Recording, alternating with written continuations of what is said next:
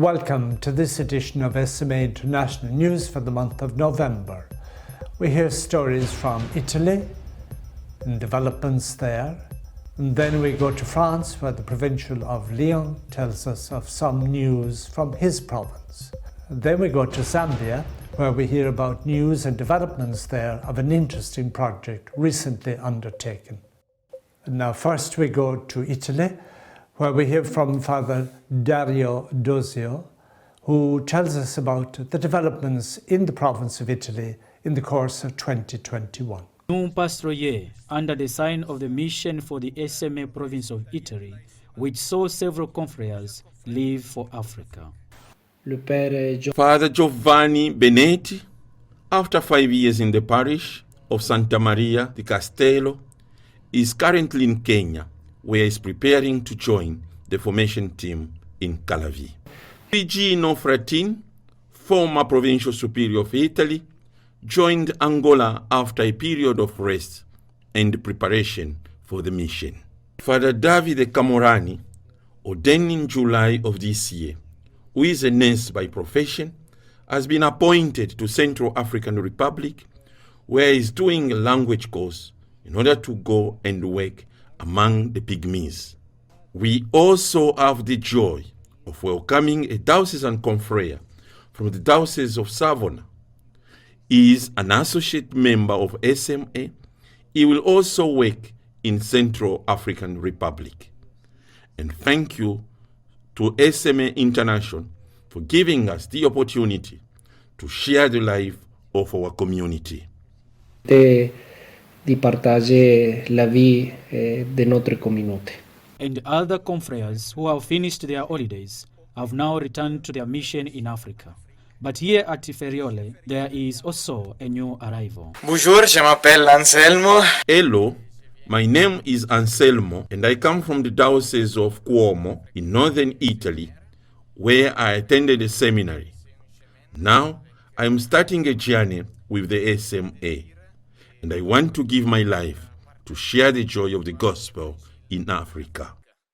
After a long and painful absence, Father Luigi Macali, prisoner in the Sahara for more than 2 years, released last year, presents to us his story in a book that is easy to read, a book entitled Catene di Libertà, which means Chains of Freedom. Je dis mon bonjour et toutes mes salutations. To all. I want to use this opportunity to thank you from the bottom of my heart for your welcome and all the prayers said for me during my captivity, and the joy that has been shared for my release. It will take a long time to talk and narrate this experience. Certain encounters, certain testimonies could perhaps have said something of what I have been through.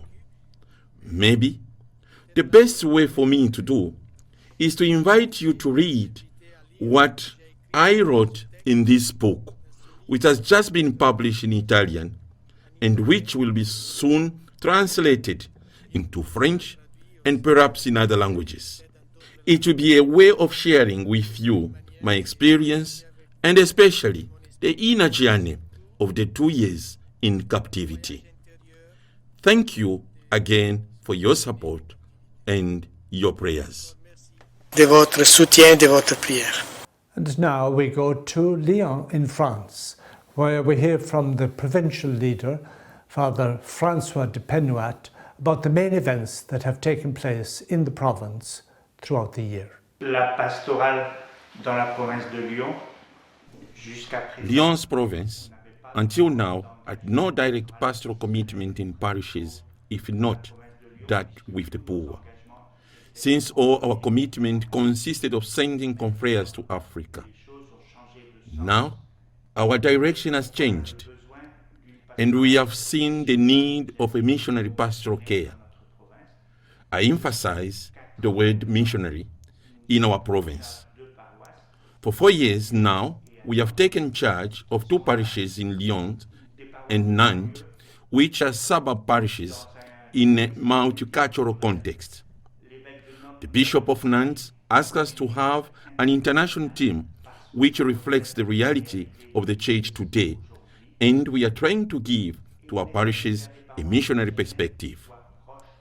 Our parishes are close to the population and are trying to encounter even those who are not Christians.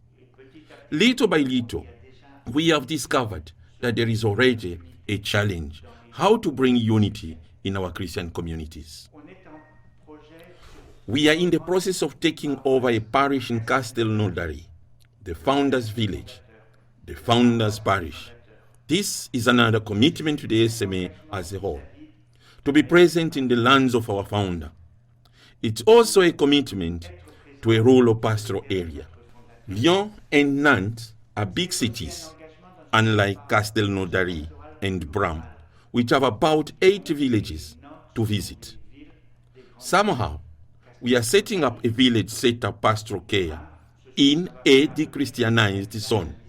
It's not the most de-Christianized in the region, but still quite de-Christianized with a certain number of challenges, working with the laity and so on. These are not the only pastoral areas in which the province intervenes. We also insist on keeping commitment to the poor. We have, for instance, 2 confreres who are giving pastoral care to the prostitutes, especially those of African origin. We'll try to continue this pastoral. Also, we'll remain committed with the migrants in accordance with the text of the General Assembly. In each house, we do welcome migrants. Like in Chaponneau, near Lyon, we have organized special room for young migrants so that they can spend a night or 2. Besides these aspects of care to the poor, there is also missionary animation. Formerly, missionary mission consisted in seeking vocations. Today, it's more about bringing something to our church in France, the dynamism of other churches. Here, we tend to believe that the church is over, that it is dead. I believe that by bringing in this dynamism from other churches will give life and transmit new life that comes from other continents, which is something important. It is perhaps the most important thing in our missionary mission. These are the 3 aspects of pastoral work today in the province of Lyon. Donc ça, c'est un peu les 3 aspects de notre pastoral aujourd'hui dans la province de Lyon. And finally, we go to Zambia. At the General Assembly of 2019, a number of new SMA districts were created, and one of these was in Zambia. All the districts were encouraged to work towards self-sustainability. And in Zambia, in response to this, they began a project, a farm. And this farm produced food and animals which generated income used for the development of the district and its mission policy. I'm Father Ignatius Malwa, the current leader of the SMA district of Zambia. When I came into office almost a year ago, my predecessor, Father Gustav Chisenga, had bought land where he started farming, and I took it up when I came into office. So we have chickens, we have pigs, and the manure that we get from the piggeries, they support also the improvement of the soils on the vegetables. So down in the district house, we have incubators that we incubate the eggs that are fertilized from the farm, and we grow the chickens a bit at the house, and then we bring the chickens to the farm. So we want to have what I can call an integrated farming, where we can have almost everything at the farm, like, and many other livestock that we can think of, so that we can have what I can call maybe a rotational fund, that the same animals and the same vegetables can support the feeding of each other. And this farm is so special to us SMA because it's a farm that is connected to our community school in Chipulukusu, where we are helping the most vulnerable children in education, and we do what we call the feeding program.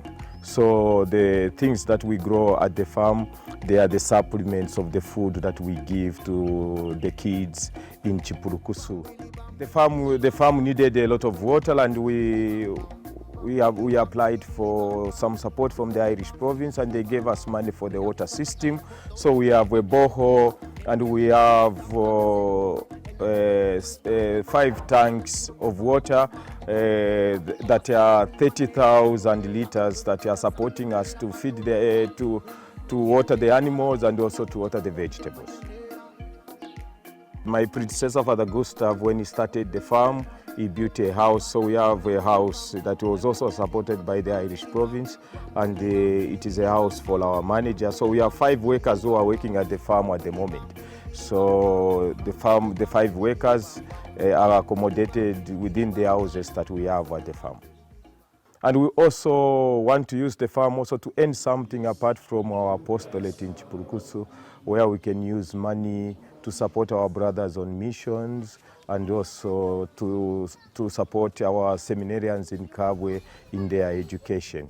So thank you very much to those who have been supporting us on mission, who have been supporting this project, and this is why we are doing such developments, is because of well wishers. We thank you so much, and we pray that God will bless your generosity. Thank you, and God bless you. Now for some general news and information. With the resumption of activities at the Generalate following the summer recess, there was a meeting of the General Council with members working at the Generalate in different ministries. This took place October 16th and 17th at Agentes Centre in Nemi. It was a meeting where there was an exchange and sharing of news and information.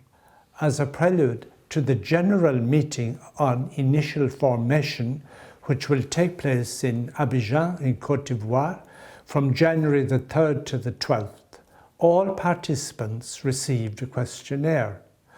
This was to be completed by the formation teams, who were to meet in small groups via video conference during the month of October.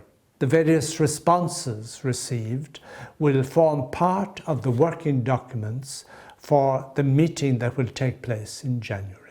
On October the 27th, a webinar organised by the SMA-OLA Commission for Interfaith, Intercultural and Ecumenical Dialogue took place.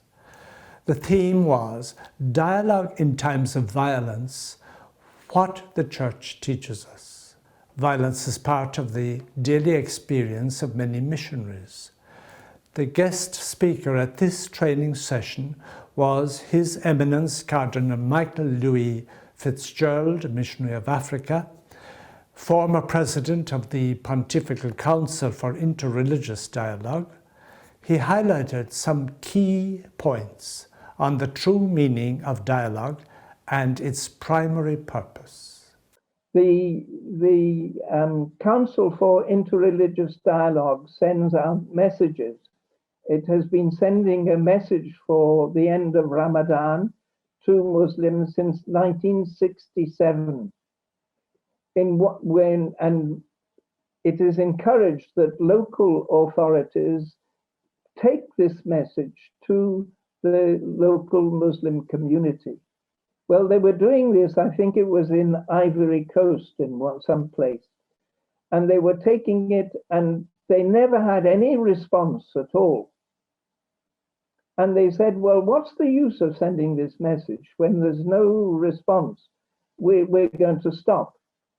And that year, the Muslims came at Easter to wish a happy Easter to the Christian community. And they said, we've been receiving your message for 5 years and we've never replied, and we're ashamed. And now we come to wish you a happy Easter. So I think that it's an example of don't give up. Even if there's no response, you have to try and keep trying. Even if connections are poor, you have to keep working. Sister Gloria, Cecilia Narvaez, who was kidnapped on the 7th of February 2017, was released on October the 9th, the same month as Father Luigi Macali SMA was released. October, as we know, is the month of mission and the month of the Rosary. We give thanks to the Lord for their release, and we continue to pray for all the other hostages who are being held, in particular for Father Joel Yugbare. That brings us to the end of this edition of SMA International News for November. We look forward to having you with us again next month, when we will have stories from different places and different mission activities.